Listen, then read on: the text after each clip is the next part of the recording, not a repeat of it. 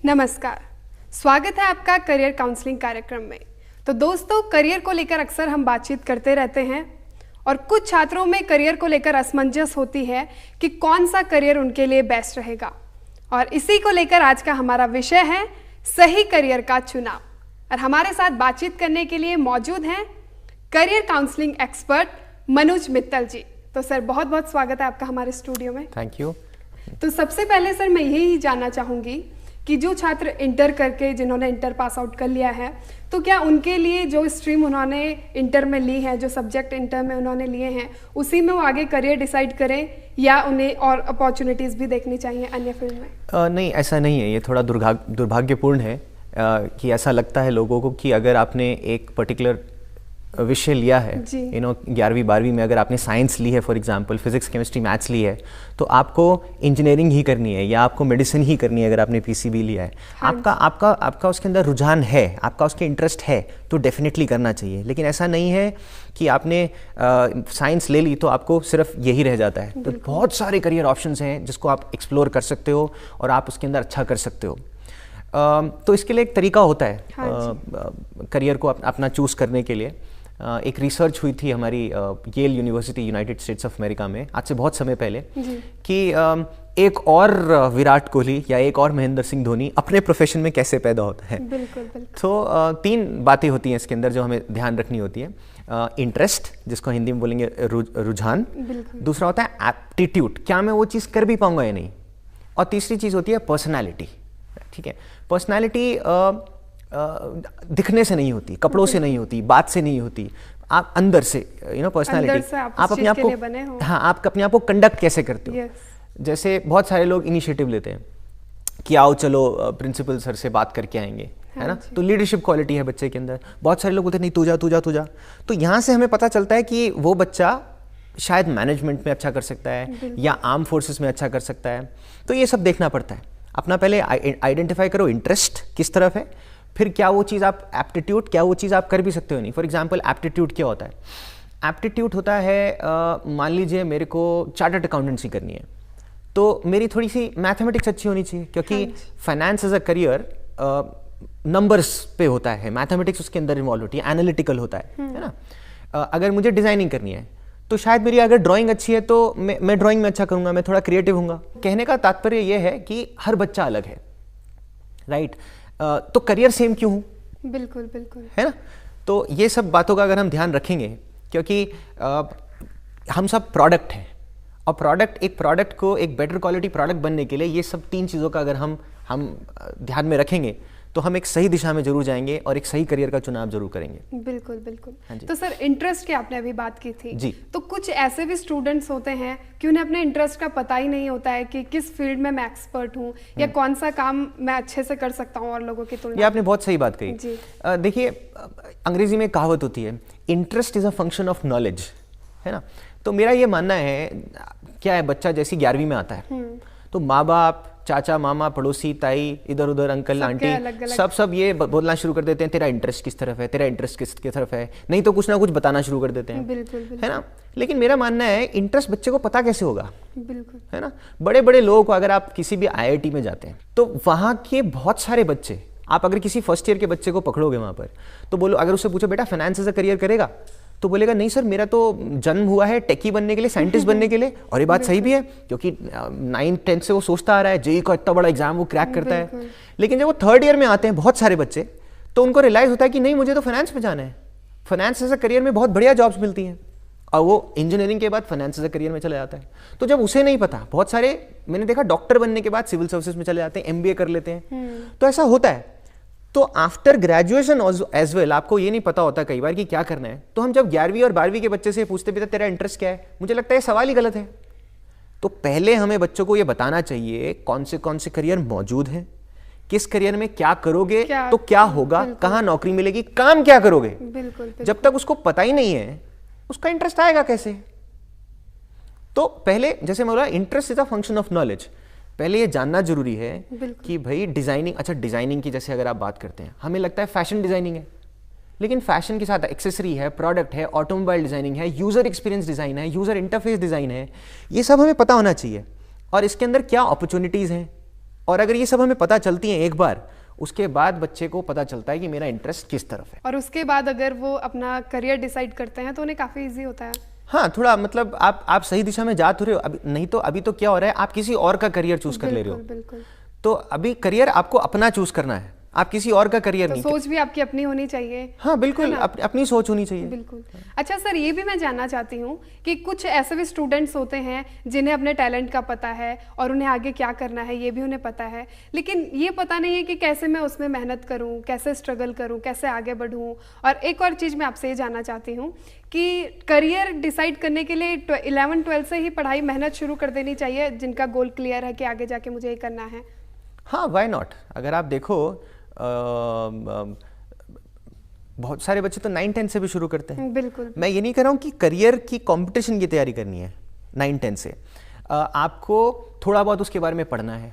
मान लीजिए आप मास कम्युनिकेशन करना चाहते हो, तो यार आप थोड़ा अखबार पढ़ो ना, आप न्यूज़ चैनल्स को सुनो ना, आप एक रोल मॉडल बनाओ अपना कि ये न्यूज़ एंकर, रोज आप उसकी यूट्यूब पे वीडियो देखिए ना, आंख बंद करके देखिए, रोज सोचिए उसके बारे में कि मुझे ये बनना है, मुझे ये बनना है, मुझे बनना है। तो मेरे को फिर से एक कहावत याद आती है अंग्रेजी की, कहते हैं life without a goal is almost like playing a football match without a goal post. मतलब लक्ष्य निर्धारित करना बहुत जरूरी है, बहुत जरूरी है ना।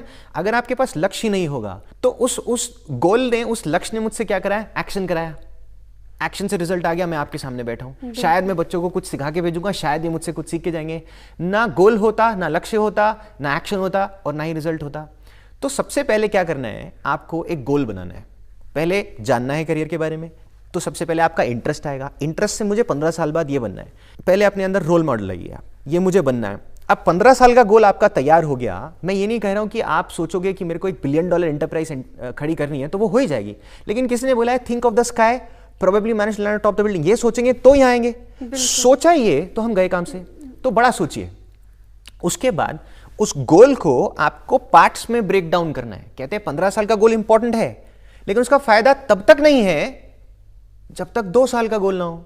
बिल्कुल। 2 साल के गोल का तब तक फायदा नहीं है जब तक 1 साल का ना हो।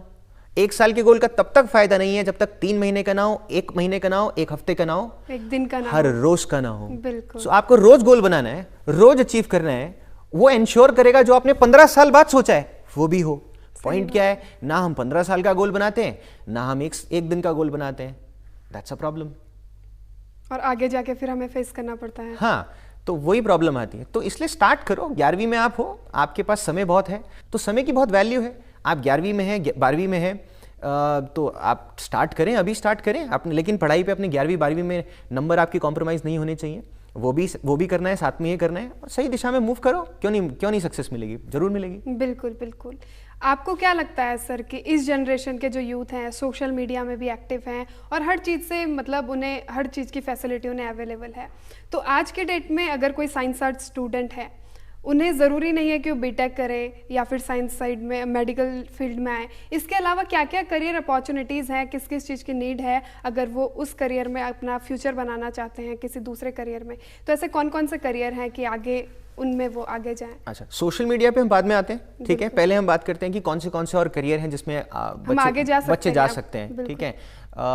इंजीनियरिंग, मेडिसिन सबको पता है, सबको पता है। चार्टर्ड अकाउंटेंसी सबको पता है, ठीक है। आज की तारीख में लॉ एज अ करियर बहुत अच्छा जा रहा है ना। अब लॉ में क्या होता है, लोगों को लगता है कि जैसी लॉ दिमाग में आता है वो भी अच्छा करियर होता है। मैं कहता हूँ लिटिगेशन है, लेकिन खाली यही नहीं है, तो सिर्फ एडवोकेट हाँ, कॉर्पोरेट लॉ होता है। आप भारत सरकार के ने 20-21 नेशनल लॉ यूनिवर्सिटीज़ बनाई हैं, जो पहला बैंगलोर में बना था, फिर हैदराबाद में बना, फिर कैलकाटा में बना, फिर जोधपुर में आया, तो आज 21 हो गए। तो अब अगर आप वहाँ से पास आउट होते हो, दुनिया की हर कंपनी में आपको लॉयर्स की ज़रूरत होती है ना। एनवायरमेंट लॉ है, ऑयल एंड गैस लॉ है, नेविगेशन लॉ है, मीडिया लॉ है, आज की तारीख में डेटा लॉ है ना। हर दुनिया की हर सरकार आज की तारीख में कह रही है कि हमारा सबका जो डेटा है वो इंपॉर्टेंट है, प्राइवेट कंपनीज को ऐसे यूज़ नहीं करना चाहिए। तो उसको प्रोटेक्ट कौन करेगा? जिसने डेटा लॉ पढ़ा हो, जिसने फार्मास्यूटिकल लॉ पढ़ा है उसमें जाएगा, है ना। तो कंपनी में मैनेजर की जरूरत है, साइंटिस्ट की जरूरत है, इंजीनियर की जरूरत है, फाइनेंस वाले की जरूरत है, लॉयर की भी है। बिल्कुल, हर कंपनी ऐसे लॉयर हो गया।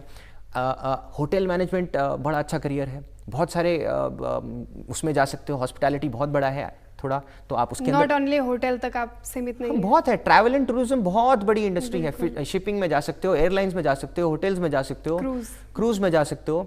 ये है डिजाइनिंग एज अ करियर। जैसे मैं अभी आपको मैं बता रहा था, एक नया करियर आ गया, यूजर एक्सपीरियंस डिजाइन।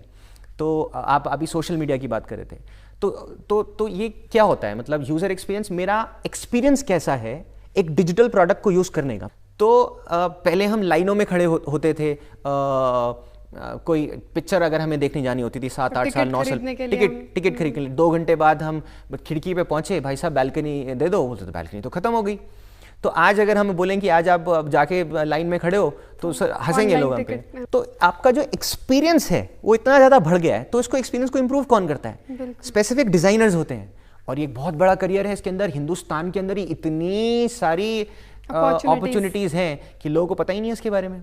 बिल्कुल। और IIT बॉम्बे में एक डिजाइनिंग का प्रोग्राम होता है। लोगों को लगता है कि IIT is only for engineering, but ऐसा नहीं है। और मात्र 10-12-15 हज़ार लोग बढ़ते हैं, UCET का एग्जाम देना पड़ता है, आप जा सकते हो उसके अंदर।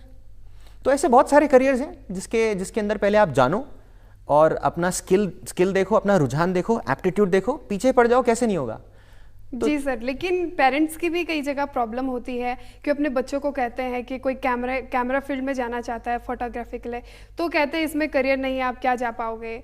या मॉडलिंग में कोई जाना चाहता है तो कहते हैं इसमें करियर नहीं है, यहाँ पर तो इनका बेटा नहीं पहुंचा तो आप क्या पहुंच पाओगे। बात आपने एकदम सही कही है। तो यहीं पर 2 चीजें आ जाती हैं। एक होता है पीयर प्रेशर, मेरा दोस्त कुछ कर रहा है, मेरा कहीं कुछ छूट तो नहीं रहा है। एक होता है पेरेंटल प्रेशर, चाचा प्रेशर, नाना प्रेशर, पड़ोस वाली आंटी वाला प्रेशर। ये हिंदुस्तान में बहुत चलता है। बात सही भी है, देखिए बड़ों की सुननी तो चाहिए, है ना। ऐसा नहीं है कि ब्लाइंडली, ऐसा नहीं कि बच्चों को सब कुछ पता होता है, सुनना तो चाहिए। लेकिन साथ साथ मैं ये भी कहूंगा, एक अंग्रेजी में कहावत है, लिटिल नॉलेज इज डेंजरस। कहते हैं ज्ञान हो तो पूरा हो, आधे अधूरे ज्ञान से जब भी आप डिसीजन लोगे तो गड़बड़ होगी। बिल्कुल। तो अब जैसे आपने डांस की बात करी या आपने फोटोग्राफी की बात करी, जैसे फोटोग्राफी आज की तारीख, पहले इतना बहुत कम अपॉर्चुनिटीज़ हुआ करती थी। जब से सोशल मीडिया आया तो आप देखिए अपॉर्चुनिटीज़ कितनी ज़्यादा बढ़ गई हैं। आज की तारीख में जो प्री वेडिंग शूट होता है, बिल्कुल राइट, मतलब वाइल्ड लाइफ फोटोग्राफी हर किसी को करवाना है, हर किसी को कराना है। तो कितनी बड़ी इंडस्ट्री बन गई है, आप सोच के देखिए, right, thanks to social media.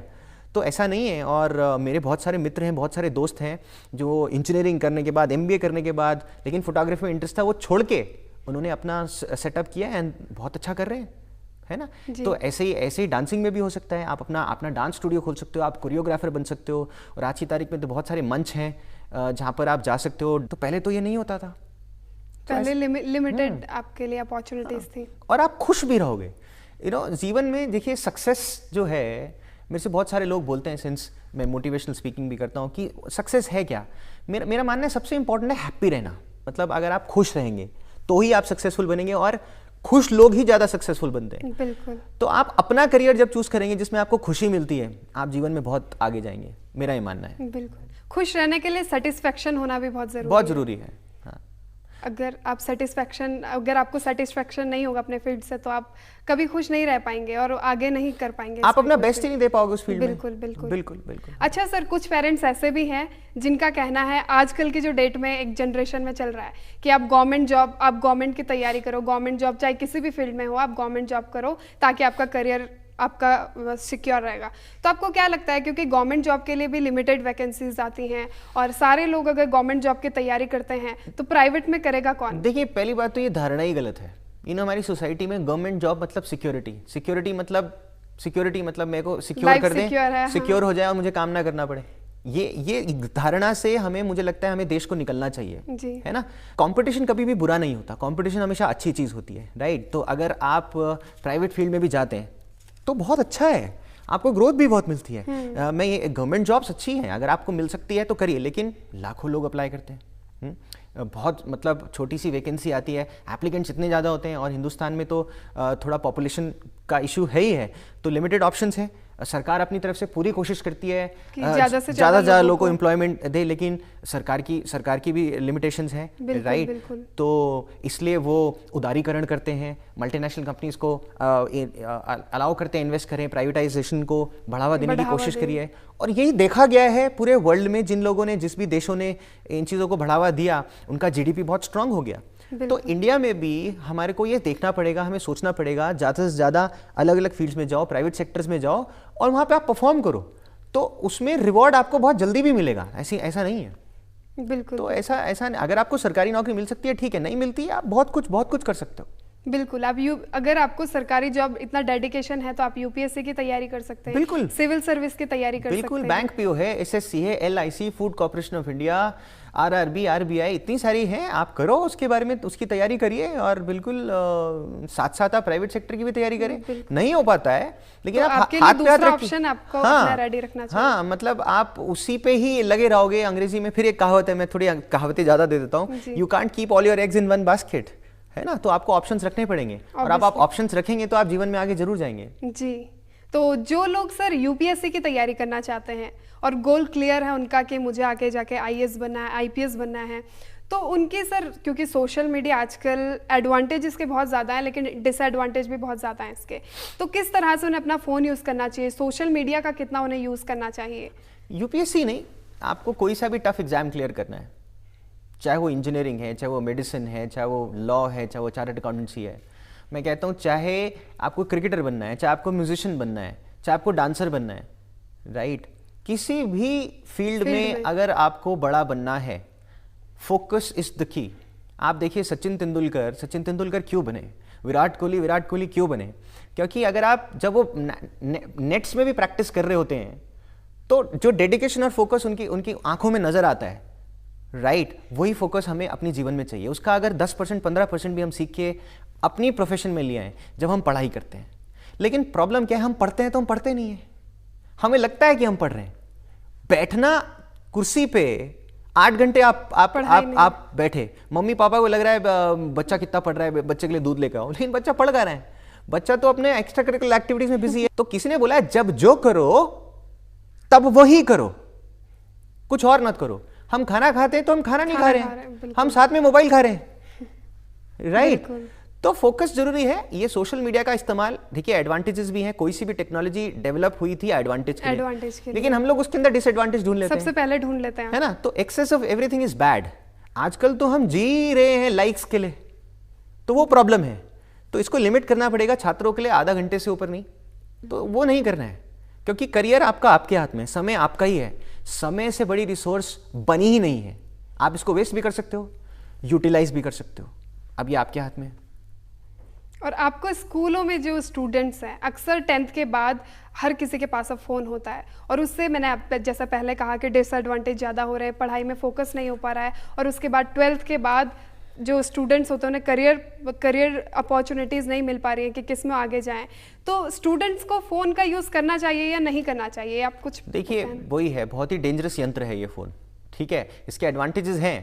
Advantage ये है कि मम्मी पापा ने आपको दिया है तो मम्मी पापा आपको ट्रैक कर सकते हैं, तो मम्मी पापा उसको आपको अच्छी चीज़ के लिए देते हैं, लेकिन ये आपकी जिम्मेदारी है। मेरे हिसाब से उसका बहुत लिमिट ऑप्शन होना चाहिए। बच्चों को आप फ़ोन दे रहे हो तो मैं कह रहा हूँ स्मार्टफोन दो ही मत। थोड़ा अटपटा लगता है सुनने में, बच्चों को शायद अच्छा भी नहीं लगेगा कि सर क्या बोल रहे हो आप, राइट, लेकिन बड़ा इंपॉर्टेंट है, राइट। हमने सबने सुनी है महाभारत वाली कहानी, द्रोणाचार्य पांडवों को और कौरवों को लेके जाते हैं सिखाने के लिए धनुष विद्या। तो सबसे पूछते हैं वत्स तुझे क्या दिख रहा है, किसी को आम दिख रहे हैं, किसी को पत्ते दिख रहे हैं, किसी को ग्राउंड दिख रहा है, किसी को कुछ और दिख रहा है। अर्जुन को बोलता है सिर्फ चिड़िया, चिड़िया के बाद सर के बाद आँख। देखो अब तेरे गुरुवर नहीं नजर आ रहे हैं, क्षमा करे गुरुवर, मुझे सिर्फ आँख नजर आ रही है, बाण चलाओ। सो जीवन में भी यही है। तो आप अगर 25 चीज देखना चाहोगे तो आपको अपना फोकस ही नहीं नजर आएगा ना, आपको गोल नजर ही नहीं आएगा, आप आउट ऑफ फोकस हो जाएंगे। और ये सोशल मीडिया का सबसे बड़ा डिसएडवांटेज है। तो ये नहीं करना है, तो इससे दूर रहना है, जितना दूर रह सकते हो उतना अच्छा। तो समय अपने ऊपर लगाओ, आप जीवन में सक्सेसफुल बनोगे। बिल्कुल बिल्कुल।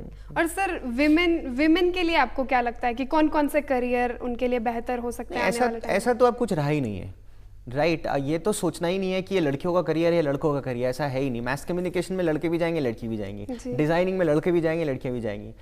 तो लड़कियां हमारी बहुत होनहार है, कंधे से कंधा मिला के चल रही हैं, और हमारे प्रधानमंत्री जी ने बोला ही है, विमेन एम्पावरमेंट, बेटी पढ़ाओ बेटी बचाओ। तो और बात सही भी है ना।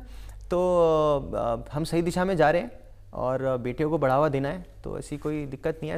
ऐसा कोई करियर है ही नहीं कि जिसमें ये लड़कियों का करियर है, बिल्कुल, दोनों किसी भी career में बिल्कुल जा बराबर, एकदम बिल्कुल बराबर। तो कुल मिलाकर जिस फील्ड में आपको इंटरेस्ट है, आप उसमें मेल हो या जाइए, फीमेल, उसमें आप आपका जाइए। करियर होना चाहिए, किसी और का करियर नहीं होना चाहिए। आपका इंटरेस्ट, आपका एप्टीट्यूड, आपकी पर्सनैलिटी।